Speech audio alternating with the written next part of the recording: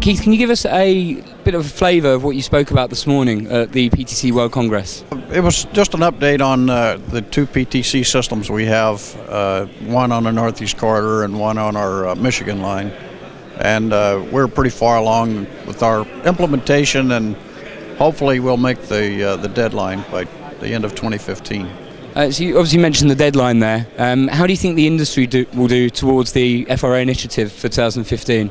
The Class 1 railroads will have some PTC installed, but I don't think it's possible to make the deadline.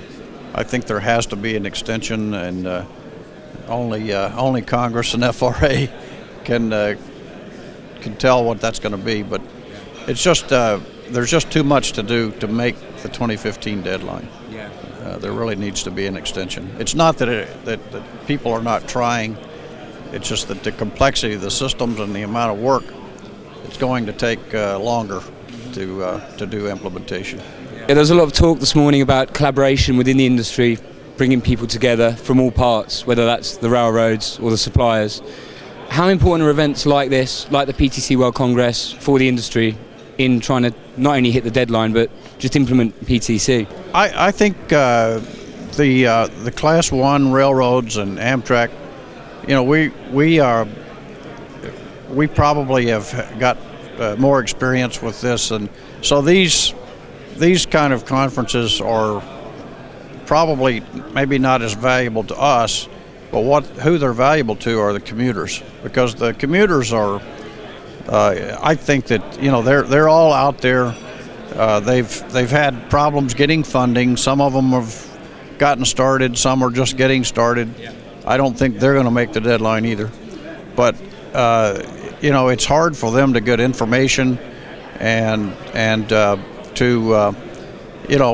be able to ask questions of people unless it's in these kind of forums. So I think it's really beneficial for the commuters. Where do you see the industry in 10 years' time? What excites you about the future of the industry outside of PTC?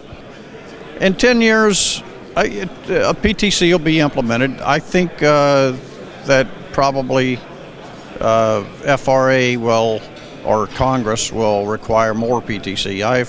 I think eventually you're going to see it everywhere, not just on the routes that have been identified, the passenger routes and the routes where PIH is carried. So, and I think that these systems will evolve, and someday we'll possibly be able to eliminate some of the wayside equipment, the signaling equipment. So in the long run, it might bring the price of train control down. Right now, it isn't. It's very expensive, but in the long run, it might help to bring the cost down. Keith, thank you very much for your time. It's been a pleasure. Thank you. Cheers.